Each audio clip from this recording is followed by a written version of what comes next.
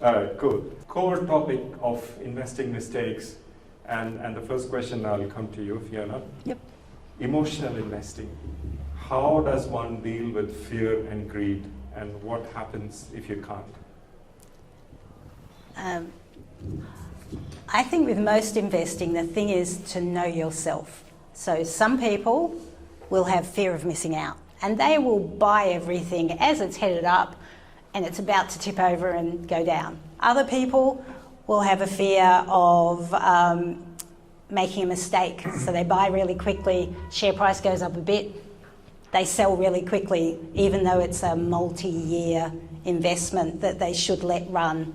So I think with emotional investing, it's all about you need to know yourself.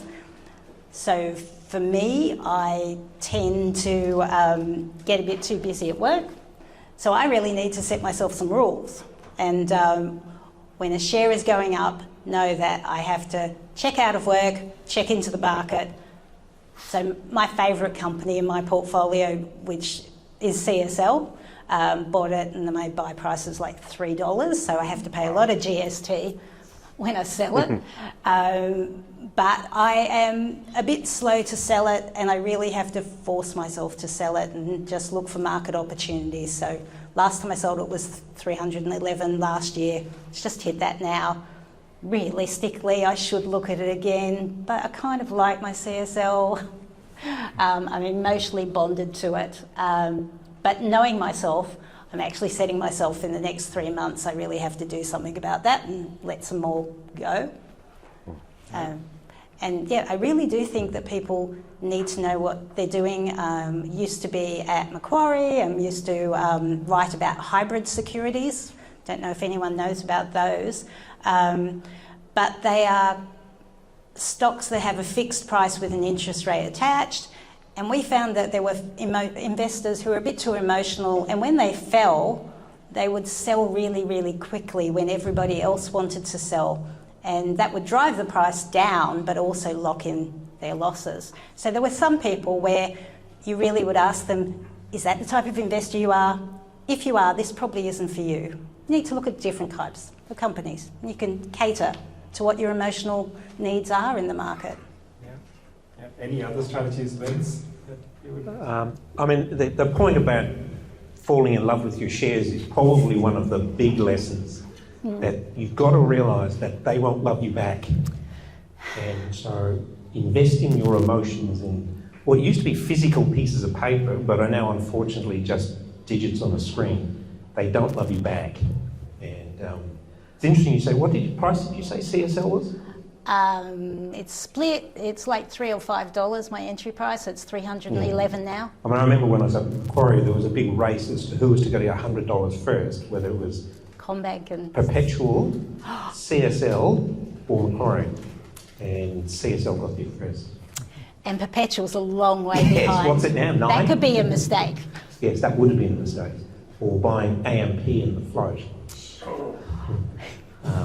But you know, this whole managing your emotions is the hardest part of investing.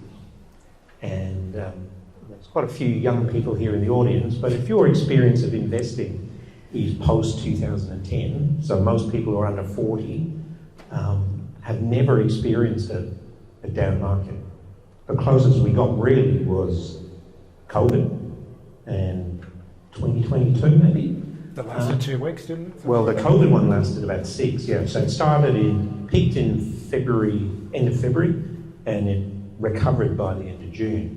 So I work with a lot of young people, and most of them believe they can tolerate a lot more risk than they really, really can. And when we have a downturn, which we will, the chickens will come home to roost.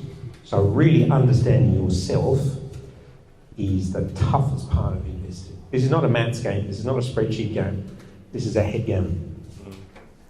How about you, Phil? You are more of an arts guy, and emotions are a natural part of what you do. That's right, it's all about the emotions and trying to control them, but you know, being half Italian doesn't help either in terms of looking out for emotions. at the conference, the Australian Shareholders Association conference, there was a presentation from an ETF provider that showed over 100 years worth of data. And this speaks to the idea about don't fall in love with a stock, because it's never going to fall in love with you. But the data showed, and it was broken down into several aspects, but the main aspect that really stayed with me is that this 100-year data, 7% of companies outperform the market. That's it. And we're all trying to find those companies, and you can't do it in an emotional way. So you've just got to understand the amount of work that fund managers are putting in, and other people that are good investors in trying to find and ferret out these 7% of stocks. But just keep in mind, that's the odds. That's what's working against you. That's a I fantastic... think Gary might have a... Gary, did you have... You've talked about the AMP before. Yeah. You talked about AMP before. I did the right thing. I bought AMP in $6. So I set a stop loss. When it got to the stop loss, I said, no, it's going to go back up. I finished up selling it for $1.11. And Derek, I believe you bought Telstra in T2? Yeah, well... There you go. Hi Phil. It's quite loud. I heard your voice and again, so I heard you, but you sound different to normal speed. I tend to listen to podcasts. Yeah, so my parents, when to get me started investing, so suggested I buy Telstra too, and it's still never recovered. What price did you buy it at? Wasn't that $7? $7.50, wasn't it? $7.50? Yeah. Was that both instalments? I think. Or the first instalment? T2. No, they did it in tranches. Oh. First one was like $3.50, the last one was around something similar, and the middle one was $7.50. And I was a fund manager then. And we had to get to market weight, and you have to tell them you're going to buy it and keep it and bid, and it was like a tragedy. That was probably one of my investing mistakes, trying to get market weight in Telstra, because it fell overnight and we got everything we asked for, and we didn't want half of it. Yeah. In fact, that's a really good lesson about IPOs. Now, we haven't had very many of them in the last year. Guzman. Guzman, yeah. And the problem with investing in IPOs is that you get less of the good ones than you get of the bad ones. So if you put a bid in a good one, you get scaled back. If you put a bid in the bad ones, you get fully filled. So even if the average IPO does well, the average investor in IPOs will do worse. So a bit of a lesson for that. Does everyone understand what an IPO is? Yep. We're all good with that? Anyone want to tell us some stories? Did anyone get in on the Guzman-Gomez IPO? Anyone do that here? Very sensible. I would have thought getting an allocation, that would have been really tough. Mm-hmm. And it's probably saved you from yourself anyway. Yeah. But my favourite IPO story is when Macquarie Bank floated the first infrastructure fund, what was then ITA, the Investment Trust of Australia. It was done at the same time as the Olympic Stadium, so this would have been 98, 99. And ITA was a hot stock, and the deal for employees was if you wanted an allocation in ITA, you had to buy 2 Olympic tickets because no one wanted to buy the Olympic Stadium. But in hindsight, those platinum tickets were the deal of the century. So you just never know. That's amazing, which is actually a fantastic, a lot of things that you guys said. A fantastic segue into the next topic. Actually, a lot of people through the registration form, I think we had asked the question, what was your worst investing mistake? And a lot of people answered lack of research. And like, I didn't read enough about it or read about it in the newspaper, or some blog in a presentation told me about this, that's why I bought. How should an investor go about research? What are the tools and resources available? So I'm not so good on the hot, newsletters and the like. I'll leave that to you two. But I do find that you need to check your information with another source. As an institutional investor, we never follow the broker's recommendations because they don't know what you're investing and why you're investing. They can say it's a buy, but what if you've already got shed loads of a particular company? For you, it might be a sell at this price. You know, depending on what your portfolio looks like, you might have something that does exactly the same thing. So we would use the research to give us ideas and test their forecasts, for example. Like, okay, you're saying it's a buy, you're saying it's going to earn this much money. Why do those two things go together? You know, why do you say that the price multiple will go up, 10 times when it looks really sad? And so querying, being a critical reader of information and then checking your information across other sources. But I think you two will probably have more up to the minute. What can I get my hands on? Yeah. I mean, I'm not a stock picker. I've realised that you can't actually win that game. But you talked about analyst research. The most useful piece of information you can take from a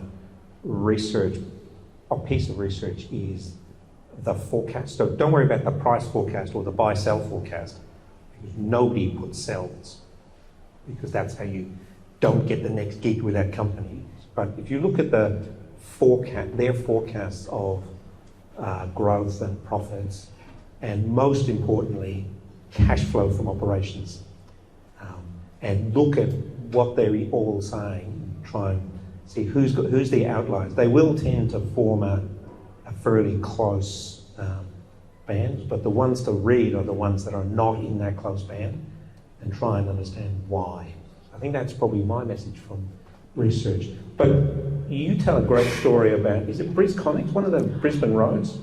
That's a really good story of checking your facts before you invest. Do you want to talk about that? I would love to talk about BrisConnect. Can anyone get involved with this? It would, it was a time right After my time. during my time as HM Macquarie, and the prospectus was this year. And it was what's a contributing share. So with Telstra, they sold 3 tranches, which means they had, millions of shares in one, then released another set of millions of shares. So they sold a third of the government's holding, then the next third, then the next third, because it was such a big investment. For BrisConnect, because they were building a road and they needed money, and the stock exchange won't let companies raise trillions of dollars and sit on the cash. So what they had to do was they started it with, you paid $1, in a year you'd have to pay another $1, in another year you'd have to pay another $1. So a contributing share. What happened with this is it met the GFC, so it all crashed. And before one of the tranches was due, the shares were trading at 0.01 cent, a tenth of a cent. So people bought shed loads of it. They would buy, $500 worth because they thought, or even more, they thought that with a 0.01 cent share, you're either going to lose the money you put in or it's going to double. Problem was they hadn't understood that something with a code BRSCA meant that it wasn't just a straight share. The CA is a giveaway. If you ever see anything with 5 letters, not 3, in the ASX code, have a check into it, read the prospectus, please. These people, 500 shares for $500 at 0.01, they had to pay $1 on that share in 3 months' time. And because you think, surely Macquarie wouldn't make me pay that money, people were thinking, yes, of course we can walk away from it. But it's a legal contract. These people were obliged to pay it. And, they could have gone broke. In the end, there was a green mailer. I don't know if any of you heard of Nick Bolton. He ended up buying all the shares and went into some sort of argy-bargy with Leighton's. It's good to read about Nick Bolton, Leighton, BrisConnect. But for those investors, they'd just gone in there thinking, 0.01 shares, they double or they halve, which is a little bit different to long-term investing, and they didn't know enough to be frightened or to check into the details. So that's a great story. The original Pierpont, what was his name? Trevor, what was it? Stokes, yes. He used to say that, or had his saying that The prospectus is the fat thing in front of the application form, and that's not how you should treat a prospectus. You should actually read it, and in many cases, it's what it doesn't say is more important than what it does say. Although another error of fact is when they say the first risk is the company will go broke, they actually mean that. Yes, that's not just because the lawyers make them do it. In the Shareholders Association, we get lots of people complaining about their situation and trying to navigate how they can get their money back. We don't have legal resources, but quite often we can look at how they've come to have this problem and see whether it's something that they should have taken notice of that they didn't. And that's one of the big things when people will say, but they always say that. They don't actually have that as the top risk of companies that are making cash flow and earning money. It's down there, but usually they're treated as a going concern. If a company says their top risk is they can go broke, be aware that they could. Yeah. Does this happen even now? We haven't had that many IPOs. Recently they've gone particularly badly, but yes, I think they do. Dick Smith? That's probably a bit dated, but I was thinking Dick Smith, Vocation, actually anything that's got a politician on the board. Yes, that's always a red flag. His name's not Lindsay Tanner, who is a really great director. That is always a flag. But yes, they still do, because when you buy something that's going to, it's got promise and it's going to make money, that's what sucks you in. And you just got to know that it might lose money, so don't put money in that you can't afford to lose.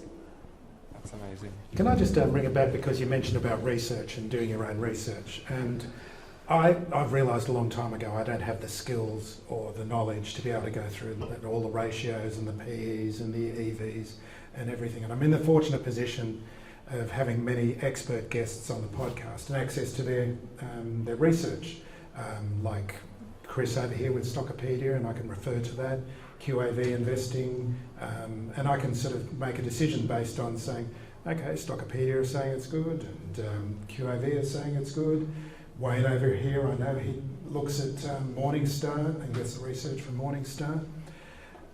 The most important thing, though, I've discovered is position size, because no matter how many people are recommending it, how many analysts are looking at it, things can change on a dime. So just keep the position size in mind. When you like a story, start small, keep on adding to it. If it goes up, add to it a bit more, add to it a bit more, but just don't go all in all at once. That's a really good tip, dollar cost averaging. Either dollar cost average your way up or down. And then just have ETFs as the core of your portfolio and a satellite with your little trips into the market. That's some really good tips. Thank you. All right. So the other one, which kind of relates to all of that, I think you mentioned that, Vince, was around timing the market. So that also came up in the survey as another sort of investing mistake that many people have made. I think you mentioned the Telstra stock. Obviously, there was a time when it might have made sense, but how do you deal with the timing aspect? Yeah, I mean, timing is one of the toughest decisions to make in investing, and you've got to make it twice, and you've got to get it pretty close when you make it. So you've got to time your entrance and time your exit. And the problem is that the good days tend to be clumped with the bad days. So if you look at the 20 worst days in history in the stock market, they are very close to the 20 best days. And that's because when things get volatile, you get these big swings. So you'll see these statistics about if you miss the 20 worst days in the market, you would have done a squillion percent or whatever that number is. But the problem is they're all adjacent to the worst days. So it's really hard to miss the bad day without also missing the good day. You've got to get this to the day, and you've got to make sure you actually place the trade on the day and you get filled on the day. So if you try and be too smart and you go, I'm going to put a limit trade in here, that is, I'm going to put a buy if less than X rather than buy at market, and then you might not get filled and you've got a good till cancelled order, and suddenly you get done on the best day or the worst if you're selling. So timing is a really, really hard exercise. On timing, it usually goes like this in my case. The best time to buy is when I'm actually sold, because that's when the stock takes off. And it always goes down when you buy. When I buy. Yeah, I think if a stock is ever listed in the top 10 stocks to buy on Motley Fool or the Fin Review, that's a sure sell sign. My first boss used to tell me there were 3 red flags to look out for. The first one, which is not relevant in Australia, is if it's got a Queen's Award for export, avoid it. If it's got a fish tank in reception, avoid it. If the CEO is on the front page of Investment Today, avoid it. So those avoid flags are easy. Yeah. It's what's the alternate signal, and that's the tough call. Actually, you make a really good point. And one thing that we've observed among our Sharesight customers is when the market is selling, you generally see our customers are actually buying. And I've seen this inverse correlation, so yeah, people must be smart. So, Obviously, look at them. yeah. So no, it's really interesting how that works. Of like, I think one of those famous investors again said, invert and invert again. I forget which one now. So one of those famous people. I mean, the trick with buying when stuff is down is avoiding what they call catching a falling knife. So if it's fallen, do you know it's not going to fall further? And I think AMP is a really good example of that. The day after the float, I think it was $26 for a day, and it's sort of only gone one way since. And this is an Australian icon. This is a 150-year-old insurance company that's decided that insurance is not core business. I mean, how does that work? And that is a good example of how bad management defeats great companies. And great companies don't always make great investments. That great ideas or great companies only make good investments at the right price and at the right time. You can have the best thesis in the world, but if you can't action it at the right price, you can't profit from it. Yeah, that leads me to the next question, which is around confidence or overconfidence.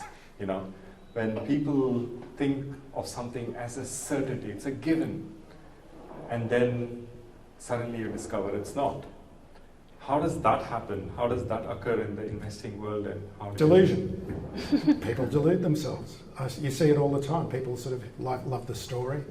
They fall in love with the story, and then they just get burnt because the story is not enough. It's not enough about what the company's going to do, how well it's run, whether there's other macro forces acting upon it.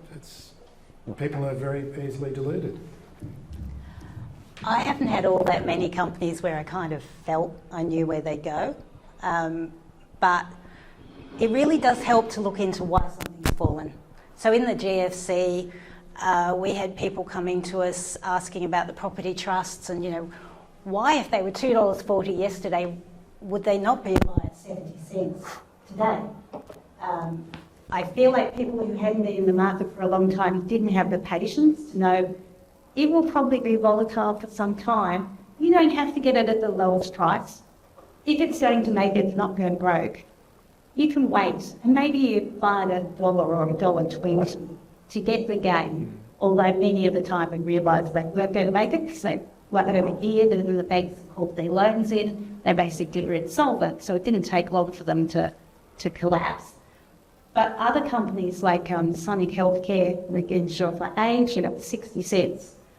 It didn't meet its profit forecast, and the reason was the number of weeks. They planned to do these initiatives. They expected it to be all in the 30 June numbers, but they were delayed by 2 months, and the market crucified it.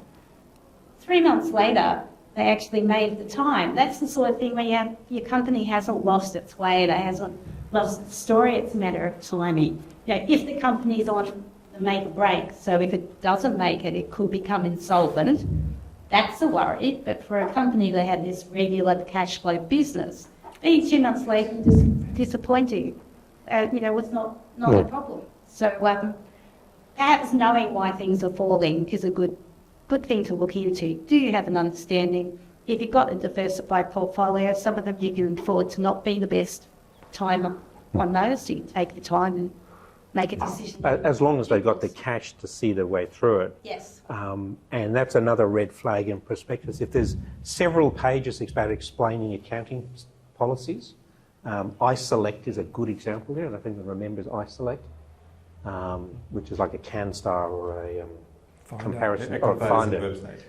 They had this technically correct but bizarre policy of accounting for future trails on their loan and health fund sales. And all of the analyst calls and most of the prospectus was taken up explaining this thing. And of course, as soon as the churn on health funds went up, this trail book was worth nothing. So that's really, and that meant that was a non-cash item. So this company had no cash, lots of profit, but no cash. And so that doesn't give you the flexibility that Sonic had. So Sonic had a great cash flow business. The market just had got ahead of itself and said, we think you guys are legends. And when you miss a forecast like that on a high PE multiple, you get punished. Back then, at least, it was a low PE. Well, that's true. But if you look at companies like Google, Tesla, Facebook, those guys are all priced in to be selling a huge chunk of the, well, in case of Google and Facebook, the ad market. And as soon as they miss a forecast, they will get punished. Tesla, when it misses a delivery target, it's absolutely hammered. And most of Tesla's growth came before it joined the S&P 500. So picking those is really hard. I think the most recent example of that was Nike. I think Nike had a 20% fall just a couple of weeks ago, and that's because they missed their revenue forecast by 2% or something. Anyway, the way the market penalizes these sorts of things and like what happens with timing is a critical lesson for all of us. Yeah, which again then leads to anyone else wants to share one of these stories where you've been so sure about something? Yes. So much of that story. But I'm kind of just to begin up a little bit more. I found the hardest thing investing during the sell. So I don't find the buying side in these that figure, the selling is really hard. I use things like technique, dials, and so forth to help. But do you feel like there's anything that's reasonably consistent? Yes. I mean, the first question to ask yourself is, am I a trader or am I an investor? If you're a trader, you need to cut your losses and run your gains. So, and then know when to take some money off the table. And technical analysis can help, but a lot of it's about managing your transaction size. So when you go into a trade, you obviously want to make sure you're only investing X% of your pot and that you've set an exit price and an op price. But make sure that you run your gains, cut your losses. If you're an investor, you actually want to behave the opposite to that. In which case you want to take your profits and reinvest in the losers. And that's because over time, you're about rebalancing your risk. So you've got to know, why am I doing this? What's my overall philosophy? And why did I buy that stock? So if you're going to enter into a trade that you think is especially if you're doing technical analysis, like you're going to buy it because the 30-day moving average moved above the 90-day moving average. You got a death cross. Or a double top or half dragon or whatever it is. Head and shoulders, your dojis. You've got to understand, well, what is that telling me and what do I think it means for the future? And set your exit then. If you wait till it's moved to set your exit, you'll never get it right. So that's a trading mentality. On a long-term investing strategy, you are not buying because the moving average just moved. You're buying because this is fundamentally a long-term hold. So this is the Warren Buffett's, I'd be happy to hold this if the market shut down for 10 years. But let me just Yeah. On the investing side, to take it a little bit further, so Fiona, you work with Macquarie, I work with Macquarie as well, so I can't know all the Macquarie history. So prior to the GFC, I think Macquarie was probably trading $50, $60. As a result of the GFC, it went down to about 16 was. Today it's 200. So as an investor, your timing there can make a huge difference. It can. On ultimately how you do that. Is there kind of anything to help you?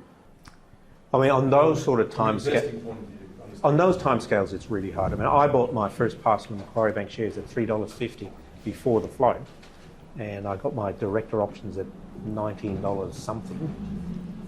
When I left, they were at 96 something. And I'd always maintained that I would sell when it got to 100. That was my target. And now it's at 200. So I've missed out on the last 100. But getting from $3.50 to 100 took 7 years. To get from 100 to 200's taken 20. So they are different, completely different investment scenarios. So would I have bought Macquarie in the GFC at $16? That would have been a very brave call because Macquarie was highly, back then, it wasn't an annuity business, it was a transaction business, and all of the assets went up and down in the lifts at knocking off time. Today, it's largely an annuity business, and the transaction that turned that round was the buying of Delaware Funds Management,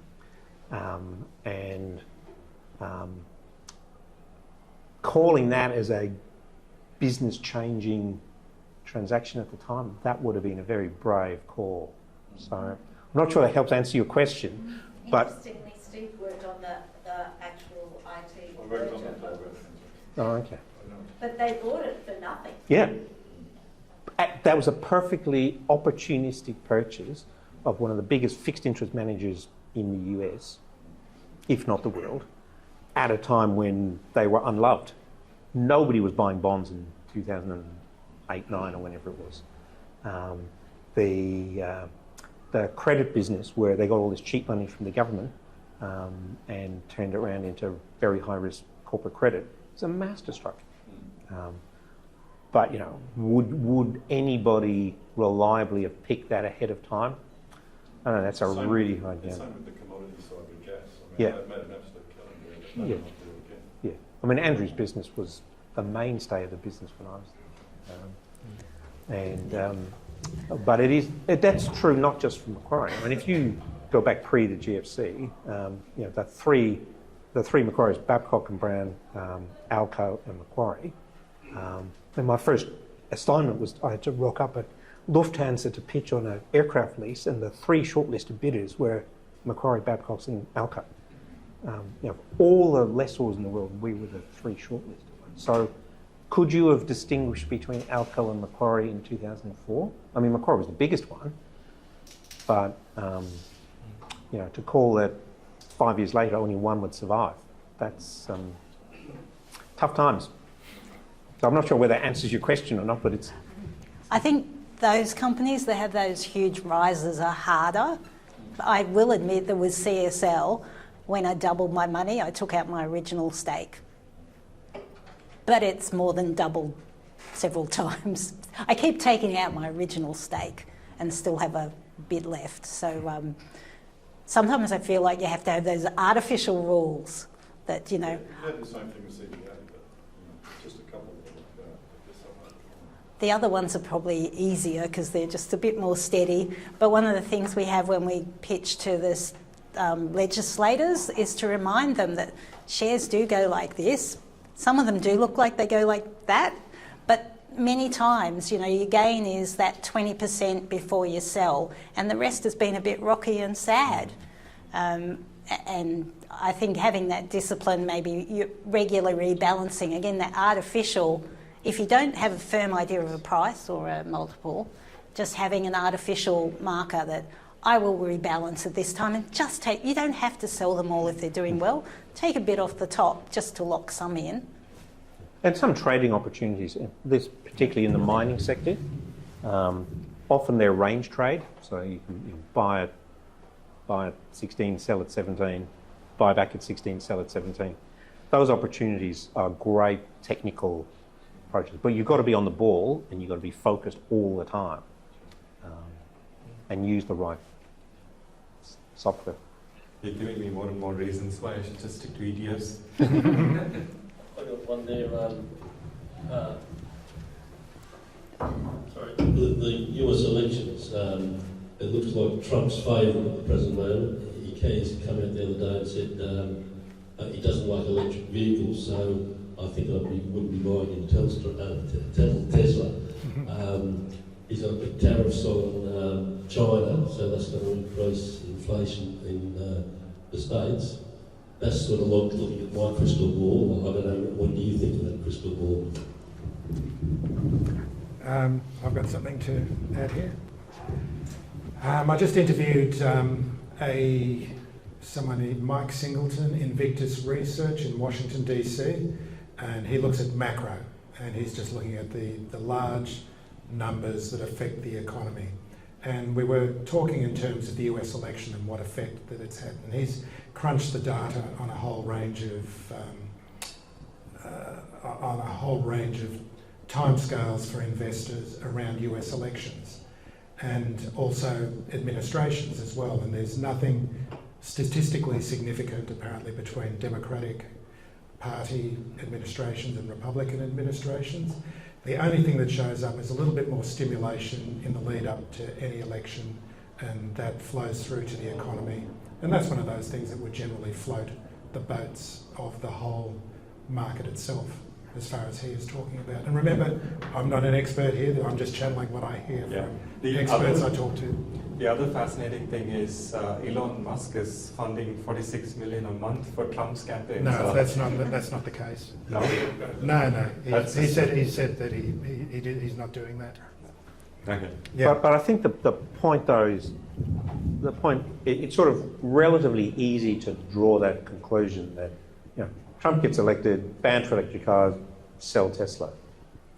But there's 100 million other investors coming to the same conclusion. So is your view that that's what's going to happen, make it a good investment? You sort of need to be betting that the market's wrong. And so the market's saying, well, we think Trump's going to win. You sort of have to believe that, or have some signs for saying, actually, I think Kamala Harris is going to win, and therefore this outcome will be different, and therefore I can take a contrary position. That's a ballsy call. You might be right, but we love your confidence. Which is actually one of the other investing mistakes a lot of people actually put in, which was chasing trends, and this kind of loosely fits that bill. So trends, I don't think anyone can deny there is a big AI trend going on. Maybe we're at the end of it, we don't know. But how do you check yourself from chasing these trends and not, I guess, get caught up in the FOMO? Yeah. Should you check yourself? Yeah. well, if you're a trader, you might not. Like if you're saying, if I'm taking a 1 day, 1 week, 1 month view, absolutely the trend is your friend. But if you're taking a 10-year view, punting on who's the AI winner, if indeed AI is a winner, I mean, they're probably fairly reasonable assumptions to make, but what do you know that the market doesn't? But the market may not be perfectly efficient, and it may be irrational at times. But it sort of behaves like it is rational most of the time. So that's a big call. But they're great trading opportunities. And the biggest challenge on a long-term basis is, when is a fad or fashion a genuine step change? Yeah. So I mean, you're saying the essentially thematic investing makes sense, but hitting the stock is damaged. no, I'm not sure I'd be as bullish on thematic. In fact, is it episode 4, Hamangi? What episode did we do on? That's episode 4. Episode 4. So if you watch, we did a 5-part series on investing, and we dealt with fads and fashions in one of them. And you might believe that the trend is right. So in 1998, it didn't take you to be rocket science. It wasn't rocket science to know that the internet was going to be a step change in how we lived our lives. But how would you invest that position? Would you have bet on pets.com, or the one that most people took the view that, in a mining boom, what I want to be selling is pigs. So most people bet on Cisco. And so Cisco did really well, and it was a big beneficiary of the internet trend. And it at least had a real business with real cash and real products. But it still hasn't recovered where it was in 2000. So. And they say that there are a lot of analogies to NVIDIA today, to Cisco then. So then, I mean, I'm sure as some of us got caught in the lithium trend. Anyone wants to confess to that? I'm one of them. So the thesis was right, that the internet was a step change, but it took the launch of the iPhone really before it became mainstay, and that was 10 years later. And none of the big darlings back then, I think apart from Amazon, I think Amazon is probably one of the few that's really survived. But it's been through pretty rough times. But again, you're talking about individual stocks. Then if you go down to, say, the ETF parts, where you're now relying on somebody, it's an expert there to keep you in the right seat. Does that make more sense? In theory, you would say it would, that if I can bet on the 20 biggest players. But again, if I go back to the .com thing, there were hundreds of tech funds launched in 98, 99, and none of them were around in 2001, 2002. So if I'm going to go buy the beta shares, cyber, they've got the best tickers, and they are good ways of betting on the trend, but Easy to make a mistake. it's very easy to make. And when is a fad and fashion a genuine trend? That's a tough call to make ahead of the game. And even if you have made it ahead of the market, you still have to take a gun to the gunfight. And what do?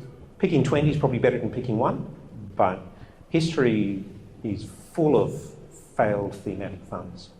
So I'm not a fan. But people have and do make money. Beta shares make a lot of money out of it. So I think we've got Wayne over here. Wayne has a point here. Just want to, we've sort of talked around this subject that I'm going to raise, and I think it's worth raising. Any one of us in this room at any time of the day can tell you the price of any stock. Value is a different question. yes. So my question to you is, what are your, at a given point in time, what are your best or better techniques of valuing stock or an asset? And how do you look at, not so good as the case may be, and how do you look at re-asking that valuation question periodically over time for your investments? That's not one for me. Great question. I've given up doing it for a start. I think that might be lesson number one. And your point about value versus price. What is value if it's not price? That the market is saying this share is worth $7.60 a share. There may be a perception or a mathematical calculation of what real value is. And this is the Buffett or Benjamin Graham value investment thesis, which says that this particular company, the market is wrong. Yeah? So you're saying that I know something that 100 million other investors don't know. There are certainly ways of doing it, and you look at News Corp's a really good example. I mean, that company is worth way more broken up than it is as News Corp. So you could sit down with the accounts of News Corp and say, well, look, realestate.com is with this, Sky News is with this, and you can come up with a proposition that that value is 50% more than the market values it. But you still have to be able to realise that. So in order to get that value out, somebody has to do that transaction. Either the company itself or a hostile takeover, or just analysts beating up on the company to force them to do something. And you can be wrong for a very long time. So it's not a game I'm willing to pay. And people like Warren Buffett have made a good living out of it, or did until 2010. I think he's underperformed the S&P 500 for most of the last decade. Given that a big chunk of it's invested in Apple, that's hardly surprising. But that's a really hard game to play. As an investment banker, I used to do company valuations all the time, but the fact that I think this is worth $8.30 a share and the market says it's $7.60, well, how do I get the $8.30? Something has to happen that the market's not valuing. And sometimes it happens. Sometimes these breakups do happen. Boral is a really good example here in an Australian context. We span out the Origin, the energy business, out of Boral, and very soon Origin was worth more than 100% of what Boral was worth. But to take the view as an individual investor that my thesis is that News Corp is worth more than it's listed at, I still have to be able to bet on when that transaction is going to happen, and the market conditions won't have changed by the time it does. Sure, you're going to win some of those, but predicting that's really, really, really hard. Because you're competing with the gazillion guys up on Pitt Street with a zillion spreadsheets, with access to the CEOs to go, look, Mr. Murdoch, I think you should do this and pay us $1 trillion to do it. And to try and beat the Murdoch ego, be cool. So I don't try doing it anymore. You'll probably have a better feel for this. I was just going to say that I tend to look at the valuation metrics and the boring stuff, look at the comparators as well. And the thing about share prices is they're not a straight line. So often you can buy on a down day. Okay. I'm not really a fan of hybrids, but I knew a lot about them. And they would drop, $5, $10 a day. Very thinly traded. They're thinly traded. A day when somebody has to get rid of them, the share price, the security price is down. If you're thinking, I'll buy one of 5, you buy the one that's been hit. There's no other reason than the fact people have to get out of those securities. But that also happens with shares as well. You'll have a big holder who has to realise the position. You have switches of mandates and the new mandate holder doesn't want to take them. If you've got an idea of where you're comfortable, so with CSL, my love stock, I kind of know where the price is. I think I confessed to you, Wayne, that I'm anchoring to the fact I sold it last at 311, so now I want to sell the next lot at 320. Wayne's never going to sell his CSL. He's already told me that. Too much CGT to pay. Well, I'm okay paying tax. So I am, I know I've got that emotional and that anchoring technique, but I also am looking at, where is the price going stupid? And I do feel like if it popped to 340, it would be stupid looking at the multiples. Strong multiples, I look at the growth as well, like the expected growth. So it's not just your PE is sometimes a bit of a dead multiple, but if you look at your PE, your price to growth, you look at the asset backing, especially cash in the bank, yep. you can find companies where they might have cash that's almost equivalent to the share price. So even if they did go broke, that's your bottom line, as long as it can be liquidated. Some of the mining companies, because I'm really not good at gold, but they do seem to just keep going to raise money so they can pay the directors to keep going and don't actually do anything. So there'll be companies like that But for many of them, you can look at them and go, actually, it's down 20%. And in 2 to 3 years, it's likely not to be. Quite often, it's 2 to 3 weeks. You just need to know that I'm buying it at this because I feel like it's discounted to the proper value. And when it gets up there, I'm out quick. Pay double the tax. But if you want a tip on buying hybrids, just look at what Christopher Joy's buying. That's my tip for today.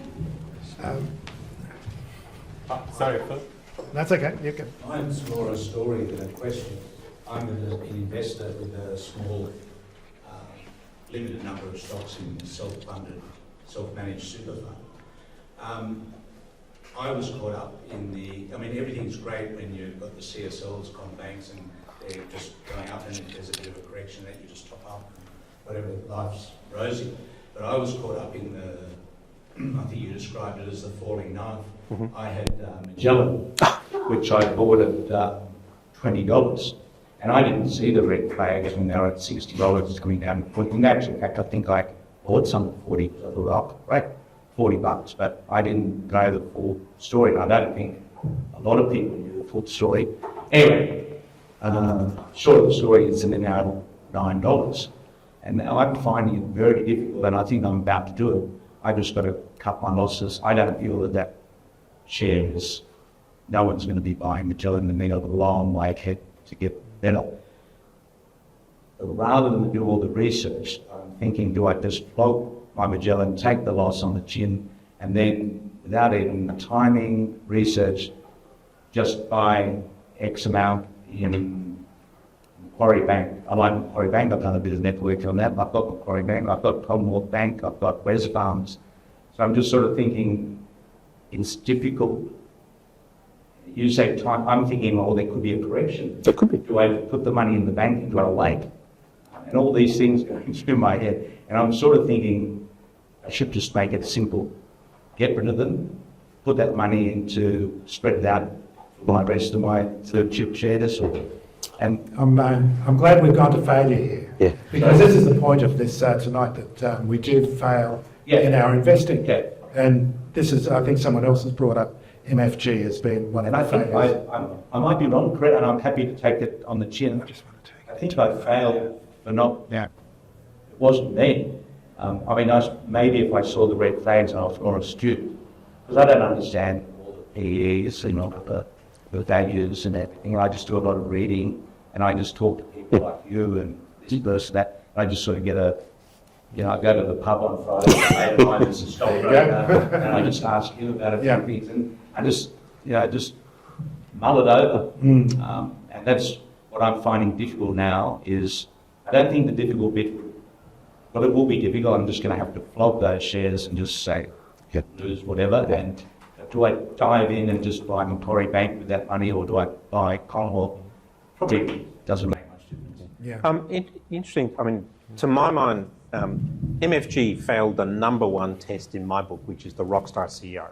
That was the red flag. The Rockstar CEO, that was the red flag that I would never have touched Magellan.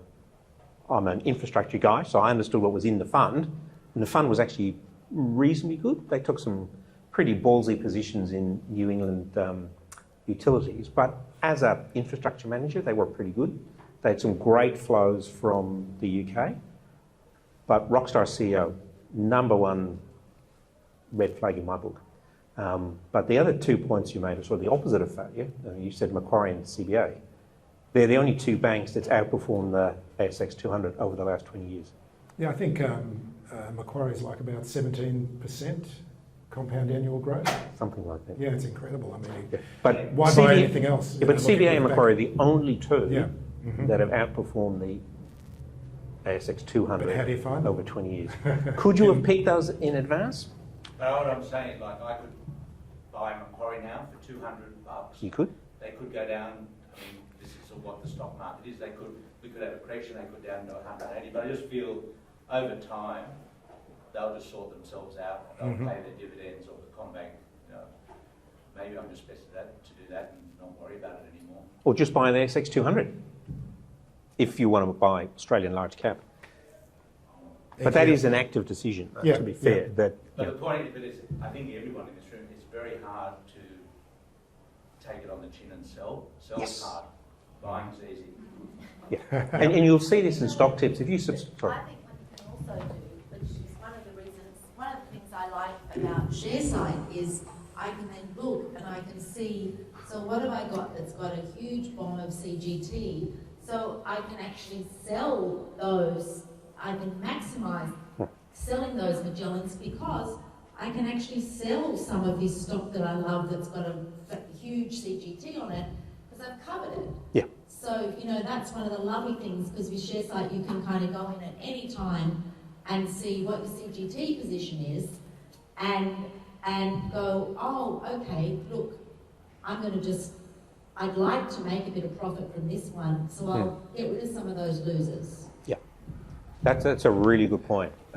And that's often how you can, if you think about how do I get a better return than the underlying market I'm investing in? Think of your losses Taxes and fees. as actually a tangible, Yeah. they're a tangible Crystallised on commodity profit. as well, because I have to talk to the accountant, you don't, with superannuation funds, you don't get some that's got zero CGT because of pension Yep. and whatever. right. But that's another story. But that alone is worth the price of admission for a premium Sharesight account. Not that I have any interest in spruiking Sharesight. And your check's in the mail, okay? That's really awesome. Thank you so much. Unfortunately, we're just running out of time. So thank you so much for each one of you to come this evening and share your stories.